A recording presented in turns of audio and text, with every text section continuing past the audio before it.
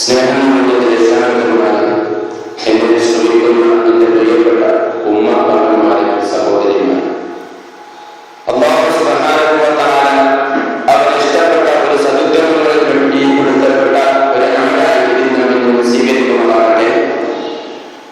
അവസാനങ്ങളെ ദോഷങ്ങൾ കൊടുക്കപ്പെടുന്ന മജ്‌ലിസ് അല്ലാഹു ഈ മജ്‌ലിസിനെ ആക്കി തീർക്കുമാറാകട്ടെ. ഇതിന്റെ സംഘാടകരുടെ അല്ലാഹു ആഫിയത്തും ശേഷിയും പ്രദാനം ചെയ്യുമാറാകട്ടെ. അർഹമായ പ്രതിഫലം ഇരുവിട്ടിലും അല്ലാഹു പ്രദാനം ചെയ്യുമാറാകട്ടെ. ഇതിനെ സഹായിക്കുന്ന ആളുകളുടെ അല്ലാഹു സുബ്ഹാനഹു വ തആല അതുകൊണ്ട് അവരുടെ സമ്പത്തിൽ വർദ്ധനവ് പ്രദാനം ചെയ്യുമാറാകട്ടെ. അതിന്റെ വർദ്ധനവുള്ള അല്ലാഹു സുബ്ഹാനഹു വ തആല അവരുടെ ദോഷങ്ങളെയും അല്ലാഹു പുറത്തു കൊടുക്കുമാറാകട്ടെ. ഞാൻ ഏവരും അല്ലാഹു പരിപൂർണമായ മഗ്ഫിറത്ത് പ്രദാനം ചെയ്യുമാറാകട്ടെ. പ്രത്യേകിച്ച് ദുആയുടെ വസീയത്ത് ചെയ്ത് ഒരുപാട് ആളുകൾ അല്ലാഹു സുബ്ഹാനഹു വ തആല പ്രത്യേകിച്ച് നമ്മുടെ മജ്‌ലിസിലേക്ക് വളരെ ആവേശത്തോടുകൂടി ആരോഗ്യകാലത്ത് വളരെ സജീവമായ ആളുകൾ മുന്നിലാണെന്ന് അറിയാൻ സാധിച്ചു. അല്ലാഹു പരിപൂർണ്ണ ശിഫ പ്രദാനം ചെയ്യുമാറാകട്ടെ. ആഫിയത്തും ശേഷിയും വീണ്ടും നമുക്ക് വേണ്ടത് നൽകാനും നമ്മുടെ സദസ്സുകൾക്ക് പങ്കാളികളാകാനുള്ള അവരുടെ തൗഫീഖ് പ്രദാനം ചെയ്യുമാറാകട്ടെ. അല്ലാഹു എല്ലാ രോഗങ്ങളും എല്ലാവരുടെ വിഷമങ്ങളും സഹിച്ചുകൊണ്ട് ഈ രോഗങ്ങളെ ബദലാക്കാൻ വന്ന ആളുകളും നമ്മുടെ സദസ്സിലുണ്ട്. അല്ലാഹു പരിപൂർണ്ണമായിട്ടും ആഫിയത്ത് പ്രദാനം ചെയ്യുമാറാകട്ടെ. നമ്മുടെ സംസാരിക്കുന്ന വിഷയം തുടക്കം പറഞ്ഞതുപോലെ യാദൃശ്ചികമായാണ് നിങ്ങളെ നിശ്ചയിക്കപ്പെട്ട സ്ഥാനത്ത് സാധിക്കാത്തതിനാൽ യാദൃശ്ചികമായാണ് സംബന്ധിക്കാൻ സാധിച്ചത്.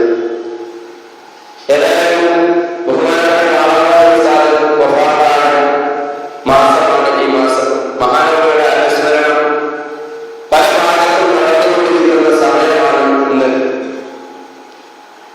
അതുകൊണ്ട് തന്നെ അതിന്റെ ഭാഗമായിട്ട് മഹാനവരുടെ അനുസ്മരിച്ചതിന് ശേഷം ഞാൻ തുടങ്ങാൻ ഉദ്ദേശിച്ച വിഷയത്തിലേക്ക് നമുക്ക് കടക്കാം. 2 മണിക്കൂർ മാത്രം ചുരുങ്ങിയത്. മഹാനായ മനസ്സിലാക്കണം, സമസ്തയുടെ ഈ പ്രസ്ഥാനത്തിൽ എന്നും അല്ലാഹു സുബ്ഹാനഹു വ തആല ഓരോ കാലത്തെ വളരെ വിശിഷ്ടനായ ആളുകളെയാണ് അല്ലാഹു തിരഞ്ഞെടുക്കുന്നത്. അതിന്റെ സാന്നിധ്യം വഹിക്കും. ഇന്ന് നമുക്ക് ബഹുമാനപ്പെട്ട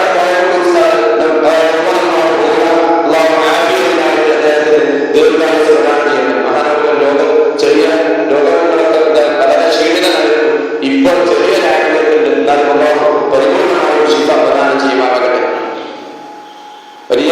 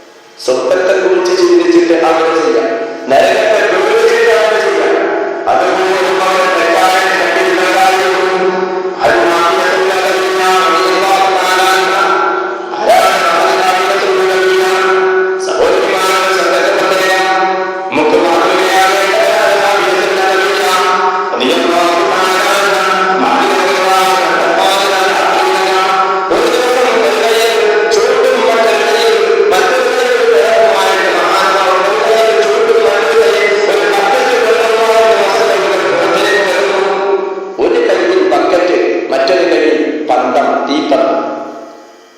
അതേ ഈ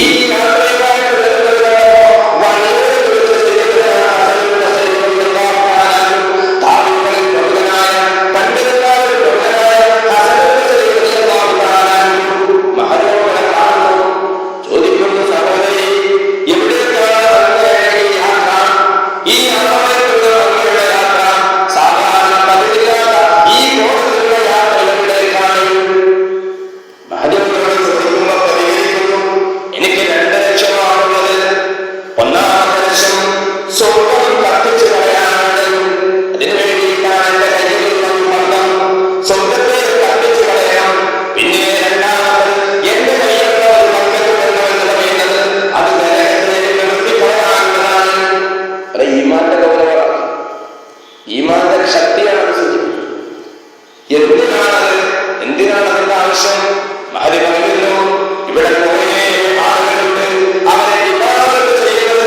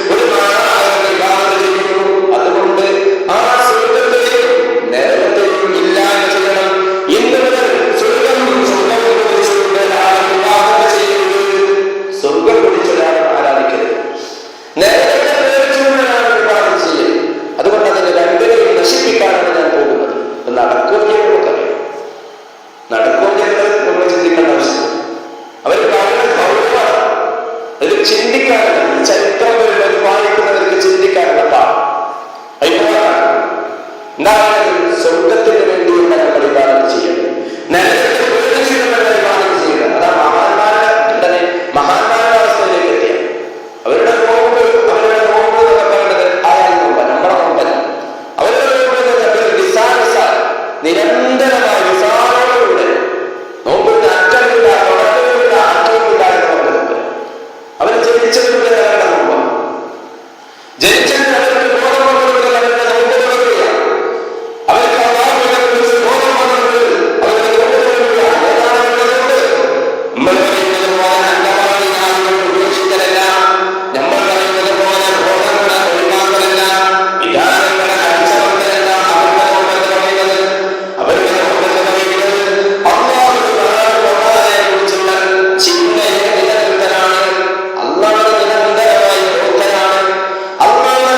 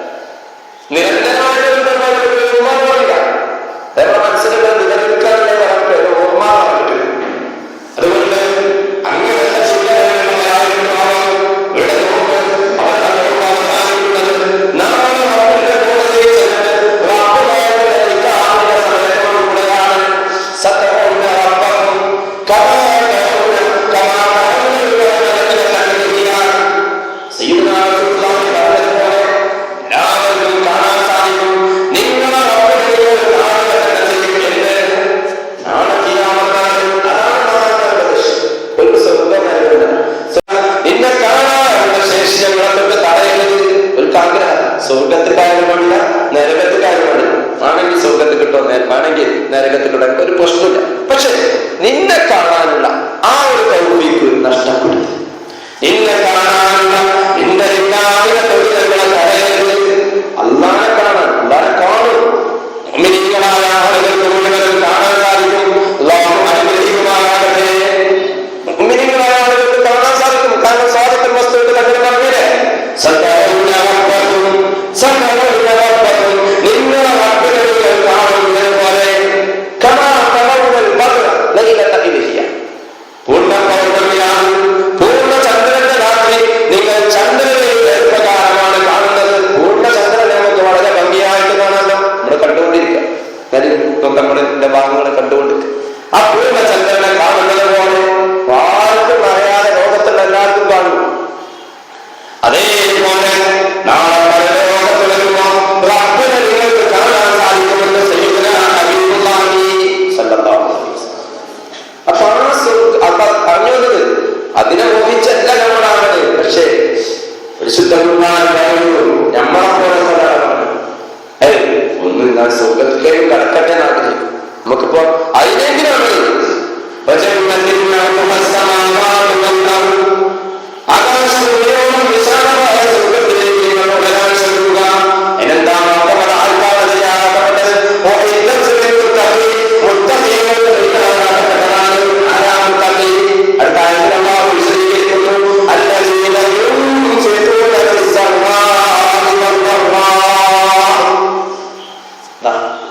വളരെ അർത്ഥവത്തായ മുത്തഖീന അല്ലക്കും തത്തഖൂൻ. നമ്മൾ നോമ്പൊക്കെ നോട്ടൊക്കെ കഴിഞ്ഞാൽ നമ്മൾ മുത്തഖി ആയിക്കോളാം ചിന്തിക്കാം. ലഅല്ലക്കും തത്തഖൂൻ, നിങ്ങൾ മുത്തഖികളാണ്. ആ മുത്തഖികളായിട്ടുണ്ടെങ്കിൽ ഈ സ്വർഗത്തിന് നമ്മൾ അവകാശികളാണ്. ആയിട്ടുണ്ടോ പരിശോധിക്കുന്നു.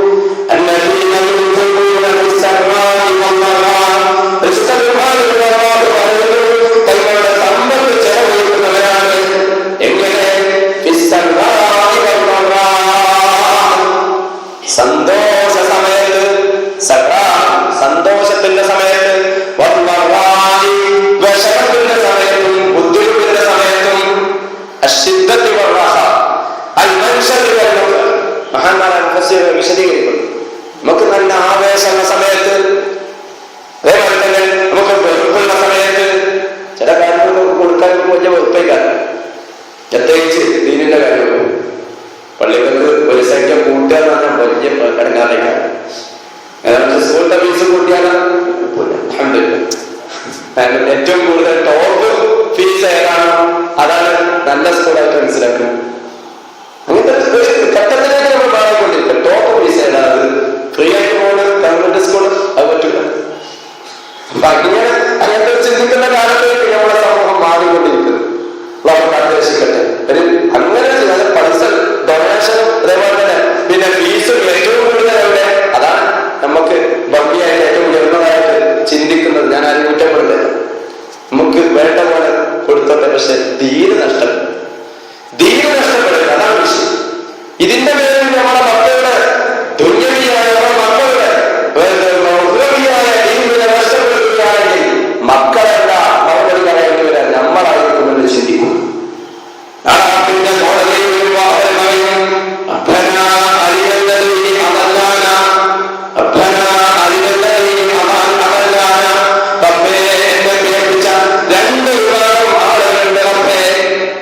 രണ്ട് പിരീഡിലോ അല്ലെങ്കിൽ ഒരു പിരീഡിലോ ഒതുക്കിയ ക്ലാസ്സുകൾ അങ്ങനത്തെ ഒരു സ്ഥലത്തേക്ക് എന്നെ കൊണ്ടുപോയിട്ട് എന്റെ നാട്ടിൽ നടന്നിരുന്ന മദ്രസയുടെ ക്ലാസ്സുകൾ നഷ്ടപ്പെടുത്താൻ എന്നെ പ്രോത്സാഹിപ്പിച്ച എന്റെ മാതാപിതാക്കളുടെ കപ്പേ അവരെന്നെ എനിക്ക് കാണിച്ചു തന്ന കപ്പേ. അതുകൊണ്ടാണ് എനിക്ക് ദീനിന്റെ അറിവിനെ കുറിച്ച് മനസ്സിലാക്കാൻ സാധിച്ചത്. ദീനിന്റെ അറിവിലേക്ക് ഇല്ലാത്തത് കാരണം ഞാൻ പിഴച്ച കൂട്ടുകെട്ടുകളിൽ വിട്ടുപോയി കപ്പേ. അതുകൊണ്ട് അവരെ എനിക്ക് കാണിച്ചു തന്ന എന്തിനാ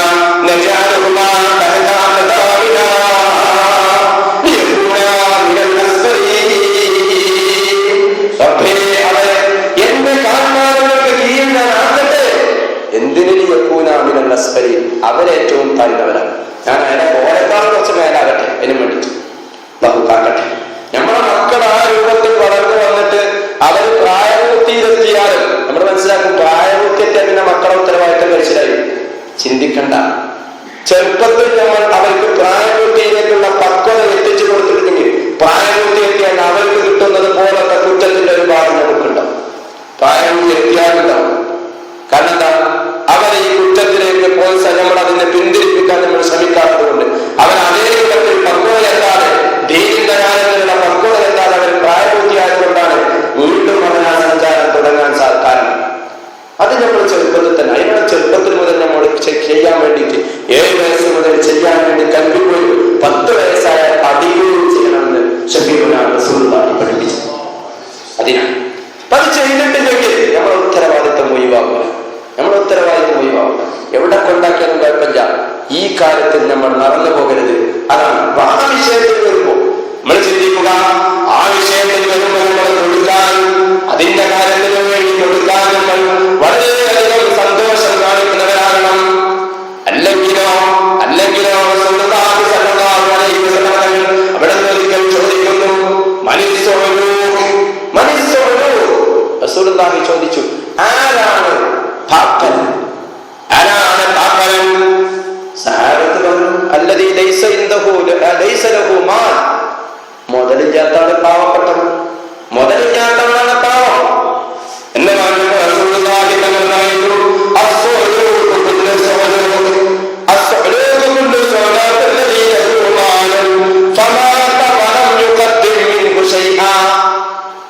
സൗരൂഖ് എന്ന് പറഞ്ഞാൽ നിങ്ങൾ വിചാരിച്ച സൗരൂഖല്ല. ആ സൗരൂഖാണ് നബി കരീം സല്ലല്ലാഹു അലൈഹി വസല്ലം തങ്ങൾ ഒരിക്കലും അല്ലാഹുമ്മ അഹ്യിനി മിസ്കീനൻ എന്ന് റസൂലുള്ളാഹി പ്രാർത്ഥിക്കുമായിരുന്നു. റസൂലിനെ മിസ്കീനായിട്ട് ജീവിപ്പിക്കണേ എന്ന് റസൂലുള്ളാഹി പറഞ്ഞു. മിസ്കീനായിട്ട് ജീവിപ്പിക്കണേ, മിസ്കീനായ കൂട്ടത്തിൽ നാളെ പരലോകത്ത് ഒരുമിച്ച് കൂട്ടണേ എന്നാണ് നബി കരീം സല്ലല്ലാഹു അലൈഹി വസല്ലം പ്രാർത്ഥിച്ചു. ആരാ സൗരൂഖ്? അവനെന്നെ ഒരുപാട് മാലുണ്ട്. അല്ലദീ ലഹു മാൽ, വലിയ മുതലാളിയാണ് സൗരൂഖ്, വലിയ മുതലാളിയാണ്. എങ്ങനത്തെ മുതലാളി? അവൻ മരിച്ചു പോയപ്പോ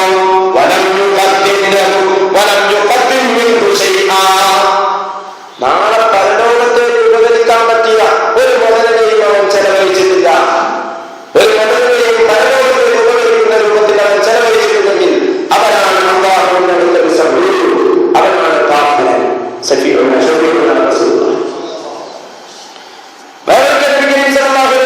ചോദിക്കുന്നു, ആരാണ് നിങ്ങളുടെ സ്വന്തം മുതലിനെക്കാളും അനന്തരാവകാശിയുടെ മുതലിനെ കൊതിക്കുന്നത്?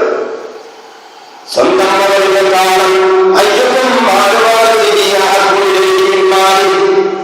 സ്വന്തം മുതലിനേക്കാളും അനന്തരാവകാശിയ മുതലിനെ പ്രിയം വെക്കുന്നവൻ ആരാണെന്ന് വെച്ചപ്പോ സഹാബത്തിനൊക്കെ അത്ഭുതം.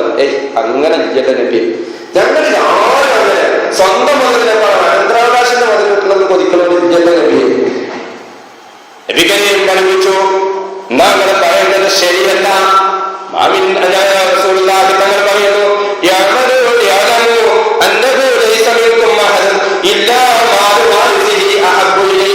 നിങ്ങളിൽപ്പെട്ട ഓരോരുത്തരുടെ അവസ്ഥയും അവന്റെ അനന്തരാവകാശിയുടെ മുതൽ അവൻ ഏറ്റവും പ്രിയപ്പെട്ടവനായിട്ടല്ലാതെ ഇല്ല.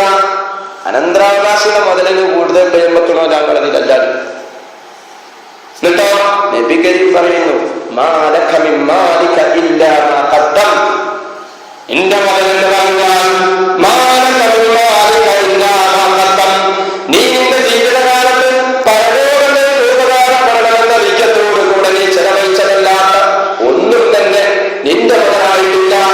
പരലോകത്തേക്ക് നീക്കിവെച്ചത്, പരലോകത്തേക്ക് നീ നീട്ടിവെച്ച മുതൽ മാത്രമാണ് നിനക്ക് നാളെ നിന്റെ സ്വന്തം മുതൽ. അതെല്ലാം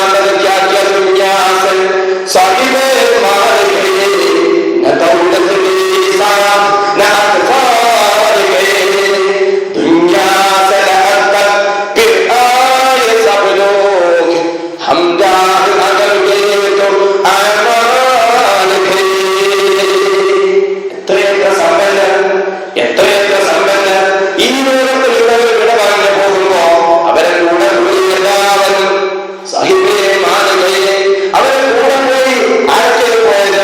നമ്മുടെ മാതാവ്, അവന്റെ പിതാക്കൾ, അവന്റെ പിതാവും, അവൻ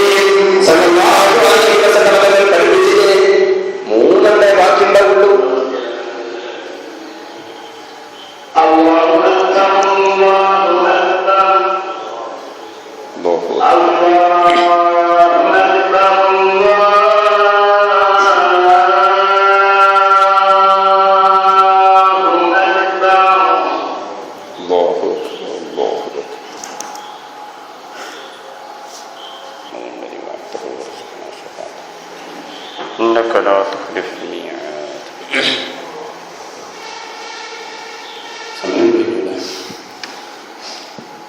ഏതായാലും ഇവിടെ പറഞ്ഞ ഒന്നാമത്തെ മുത്തഖീങ്ങളെ പതിവ് അല്ലദീന യുൻഫിഖൂന ഫിസ്സറാഇ വദ്ദറാ. സന്തോഷത്തിന്റെ സമയത്ത് നമ്മളൊക്കെ നന്നായി കൊടുക്കും.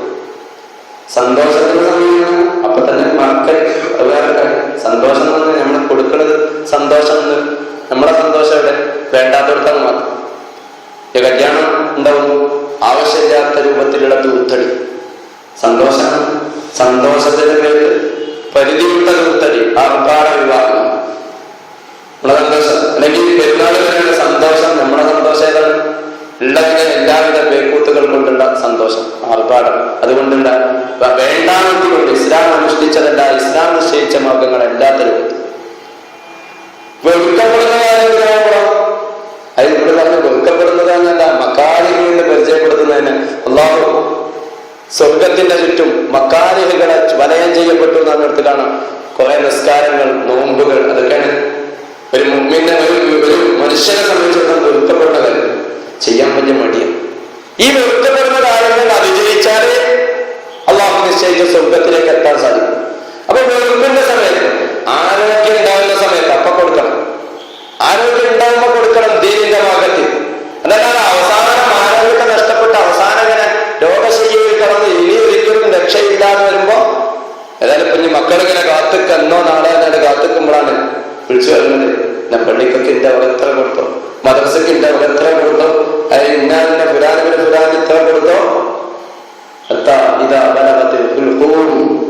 ആ സമയത്തേക്ക് നമുക്ക് വിളിച്ചു പറഞ്ഞിട്ട് അതുവരെ ചിന്തിച്ചാൽ ആ മുതലിൽ റസൂലുള്ളാഹി പറഞ്ഞതുപോലെ അനന്തരാവകാശങ്ങൾ കിട്ടാനുള്ള മുതലിൽ നമ്മൾ കൈകടത്താൻ നിൽക്കാം. ഇത്രയുള്ളൂ, അല്ലാതെ കാരണം പടച്ചവന് വേണ്ടിയിട്ടല്ല ചെയ്യുന്നത്. അവിടെ അപ്പ രക്ഷയ്ക്ക് വേണ്ടിയിട്ട് എന്നുള്ള രൂപത്തിൽ എന്തെങ്കിലും ഏതാനും ഇത്ര കാലം ചെയ്തില്ല നഞ്ഞു നോക്കുക എന്നുള്ള രൂപത്തിൽ കൊടുത്തിട്ട് ആ സമയത്തൊക്കെ ജീവിതകാലത്തിൽ ഹൈറാവുന്ന സമയത്ത് കൊടുക്കുന്നതിന്റെ പ്രതിഫലം ഉണ്ടാവില്ല, അത്ര ഉണ്ടാവില്ല.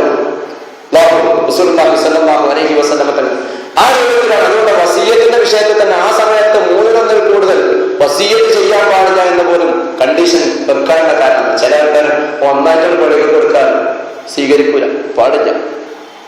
ഏതായാലും ഈ രണ്ടാമത്തെ നമ്മൾ പറഞ്ഞ ആയത്തെ പൂർത്തീകരിക്കാൻ രണ്ടാമത്തെ വിഷയം മൂന്നാമത്തെ ചുരുക്കി പറഞ്ഞു. രണ്ടാമത്തെ എന്താണ്? മുത്തഖിയാകണമെങ്കിൽ രണ്ടാമത്തെ കാര്യം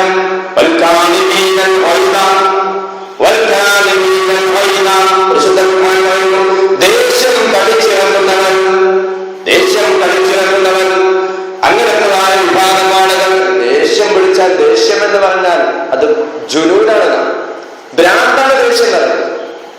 അതുകൊണ്ട് തങ്ങൾ പറഞ്ഞത് ഭ്രാന്ത് പിടിച്ച ആളുകളൊക്കെ എന്തായാലും ഭ്രാന്തന്റെയോ ദേഷ്യം പിടിച്ച ആളുകളൊക്കെ ചെവിയിൽ ബാങ്ക് കൊടുത്താൽ മതി, അടിവിദ്യയാണ്. ചെവിയിൽ ബാങ്ക് കൊടുത്താൽ ദേഷ്യം വളർന്നുവെന്ന് ശബീബനാണ്. കാരണം ശൈത്താനാണ് അതിന്റെ പിന്നിൽ പ്രവർത്തിച്ചുകൊണ്ടിരിക്കുന്നത്. ശൈത്താൻ ആട്ടി കൊടുക്കാനുള്ള മാർഗമാണ് ബാങ്ക് കൊടുക്കുക. ശൈത്താൻ ബാങ്ക് വെച്ച കൂടി. അതേപോലെ തന്നെ ഒതു ചെയ്യുക. ഒതു ചെയ്താൽ ദേഷ്യം അടങ്ങാനുള്ള കാരണമാണ് ഭ്രാന്താണെന്ന് മനസ്സിലാക്കുക. ദേശത്തോടുള്ള പെരുമാറുന്നത്, ദേശത്തോട് കൂടെ പെരുമാറുന്ന തിരിച്ച് നമ്മളും അപ്രകാരം പെരുമാറുകയാണെങ്കിൽ 2 ഭ്രാന്തന്മാരാകും. 2 ഭ്രാന്തന്മാർ കൂടിയൊക്കെ എന്തേക്കാ പറയേണ്ടത്?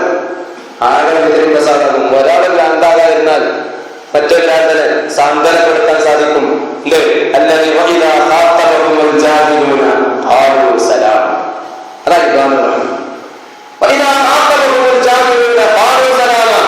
അതാണ് നിങ്ങൾക്ക് രക്ഷ എന്നുള്ള രൂപത്തിൽ എന്തെങ്കിലും പറഞ്ഞാൽ നല്ല രൂപത്തിൽ അത് പിരിച്ചുവിടാൻ ശ്രമിക്കുക. അല്ലെങ്കിൽ കുറച്ചുകൂടെ രക്ഷ നൽകണമെങ്കിൽ പ്രാർത്ഥിക്കുന്നവരാണ് നല്ലവരായ അള്ളാഹു വേണ്ടി. അതല്ലാതെ ദേഷ്യം പിടിക്കുന്ന സമയത്ത് ദേഷ്യത്തെ ഉപയോഗിക്കുന്നവരല്ല.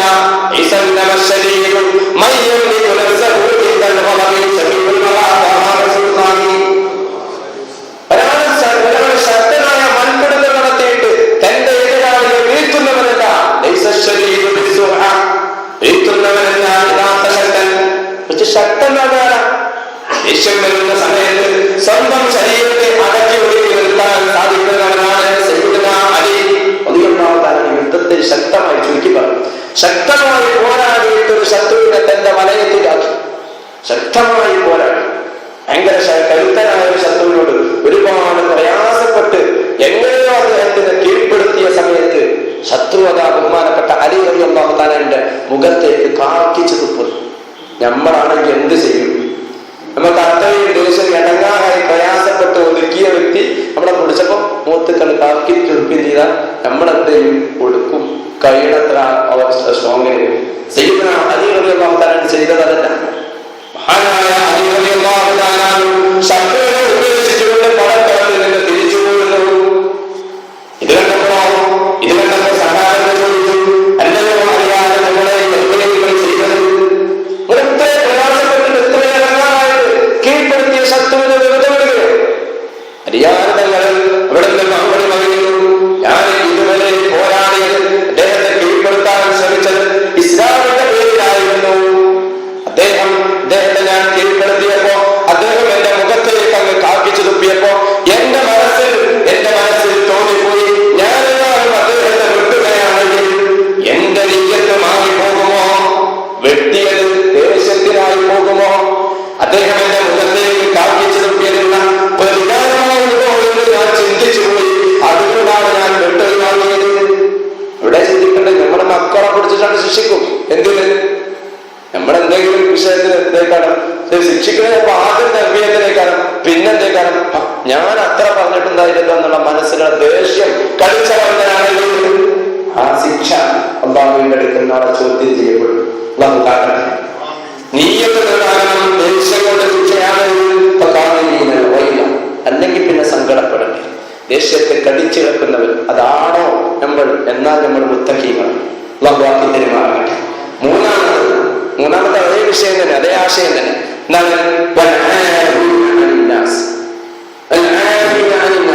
ജനങ്ങളെ കൊണ്ട് വിട്ടുവീഴ്ച ചെയ്യുന്നു, അഫ്വു ചെയ്യുന്നു. വിട്ടുവീഴ്ച ചെയ്യുന്ന ആനായ അവിടെ മഹാനവകളെ ഇഞ്ചിഞ്ചായിട്ട് ഓരോ അവയവങ്ങളും വെട്ടി നോക്കിക്കൊണ്ട് അന്ന് ഇസ്ലാമിന്റെ പുറത്താണ് ഓരോ അവയവവും ഇഞ്ചിഞ്ചായി വെട്ടിയിട്ട് ഓരോന്നും കഷ്ണമാക്കിയിട്ട് മാല കോത്തുകൊണ്ട് നൃത്തം വെക്കുമ്പോ തന്റെ കണ്ടത്തിലും തന്റെ ശരീരത്തിലും അണഞ്ഞിരുന്ന ആവരണങ്ങൾ മുഴുവൻ ഈ എന്റെ പ്രിയന്റെ ഏറ്റവും ഭക്തവൈരിയാകുന്ന ഹംസത്തിൽ തങ്ങളിൽ കൊല്ല വഹിച്ചതായ ഭക്ഷ്യവ്യവഹാരങ്ങളോട് സമ്മാനിച്ചുകൊണ്ട് നൃത്തമാടുമ്പോ സയ്യിദുനാ റസൂലുള്ളാഹിന്റെ മനസ്സിലങ്ങേയറ്റം വിഷമം വന്നു. റസൂലുള്ള വിഷമം സഹിക്കാതെ പറഞ്ഞുപോയി, എന്റെ പ്രിയപ്പെട്ട ഹംസ, എന്റെ പ്രിയപ്പെട്ട നഷ്ടപ്പെടുത്തിയത് എന്റെ പ്രിയപ്പെട്ട വധത്തിന്റെ കാരണമായവർക്ക് പകരം അങ്ങനെ കഷ്ടമായി ഇഞ്ചിഞ്ചായി തന്നവർക്ക് പകരമായിട്ട് അവരിൽ നിന്ന് 70 പേരെ ഞാൻ അംഗച്ഛേദം വരുത്തുന്നുണ്ട്. ശപഥം ചെയ്തു. 70 പേരെ ശപഥം, 70 പേരെ ഇതേപോലെ അംഗച്ഛേദം വരുത്തുമെന്ന് വെച്ചു. അപ്പോഴാണ് വിശുദ്ധ ഖുർആൻ ഇറങ്ങുന്നത്. വിശുദ്ധ ഖുർആൻ ഇറങ്ങി, നബിയെ നിങ്ങൾ ചെയ്യുന്ന പണി ശരിയല്ല നബിയെ. നിങ്ങൾ ശ്രമിക്കുകയാണെങ്കിൽ അതല്ല, നിങ്ങൾ എങ്ങനെയെങ്കിലും നിങ്ങൾ പ്രതികാരം എടുക്കുകയാണെങ്കിൽ, നിങ്ങളത് പ്രതികാരം എടുക്കുകയാണെങ്കിൽ നിങ്ങളെ എങ്ങനെയാണോ ശിക്ഷിക്കപ്പെട്ടത് അതുപോലെ ഒരാൾ അംഗച്ഛേദം വരുത്തിയത് ഒരാളെ മാത്രം അംഗച്ഛേദം വരുത്തുക. അതെല്ലാം നിങ്ങൾ അതിന് മാപ്പ് കൊടുക്കുകയാണെങ്കിൽ അതാണ് നിങ്ങൾക്ക് ഏറ്റവും ഉത്തമമാണ്. മാപ്പ് കൊടുക്കാനാണ് നബി കരീം സല്ലല്ലാഹു അലൈഹി വസല്ലം. നബി മാപ്പ് കൊടുക്കാൻ തീരുമാനിച്ചു. അതിൽ നിന്ന് റസൂലുള്ള പ്രായശ്ചിത്തം കൊടുത്ത് പിന്തിരിഞ്ഞു. എപ്പോഴും അതാണ് ഞാൻ ആദ്യം ഓതിയ ഹദീസ്, അതിന്റെ ഭാഗം തന്നെ. സലാസുൻ ഉഖ്സിമു അലൈഹിന്ന, 3 കാര്യം കൊണ്ട് ഞാൻ സത്യം ചെയ്യും. ഈ വിഷയത്തിലേക്ക് തന്നെ അടങ്ങി വരിക. മാ നഖസ മാലുൻ മിൻ സദഖ, മാ നഖസ മാലുൻ മിൻ സദഖ, സദഖ കാരണം കുറഞ്ഞു പോയിട്ടില്ല. മാ ദഅല്ലാഹു അബദൻ ബിഅഫ്വിൻ, ഒരാള് ഒരാൾക്ക് വിട്ടുവീഴ്ച ചെയ്തിരുന്നാൽ നമുക്കൊക്കെ ഉണ്ട് ചില മരിച്ചാലും വേണ്ടില്ല. അവിടെ നാളെ പള്ളിക്കുന്ന മുമ്പൊന്ന് വിളിച്ചതിനാണ് ചോദിക്കട്ടെ, ഇയാൾക്ക് വിട്ടുവീഴ്ച ചെയ്ത് കൊടുക്കട്ടെ. മാപ്പ് കൊടുക്കൂല, ചെയ്യൂല. അത്രയും മണ്ണ് 4 അടി മണ്ണിന്റെ അടി പോയാലും അതിൽ അവരെ വിട്ടുവീഴ്ച ചെയ്യൂല. അങ്ങനെയൊക്കെ ചില തർച്ചലൊക്കെ പറഞ്ഞു. നമ്മൾ ചിന്തിക്കണം ഇതിന്റെ ഗൗരവത്തെ കുറിച്ച്.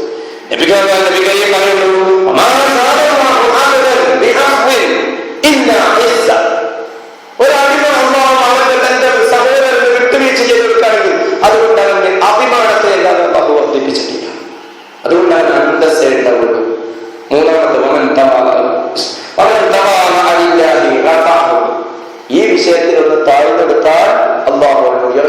മതമഹാന്മാർ ഉയർച്ചയിലെത്താൻ കാരണം. അള്ളാഹു അനുഗ്രഹിക്കുമാറാകട്ടെ. അപ്പൊ ഈ 3 കാര്യം നമ്മുടെ ജീവിതത്തിൽ പകർത്തുക, ഇത് നമ്മുടെ മുത്തക്കിയാകാനുള്ള മാർഗമാണ്. സമയം ചുരുക്കുന്നു. അസ്സലാമു അലൈക്കും വറഹ്മത്തുള്ളാഹി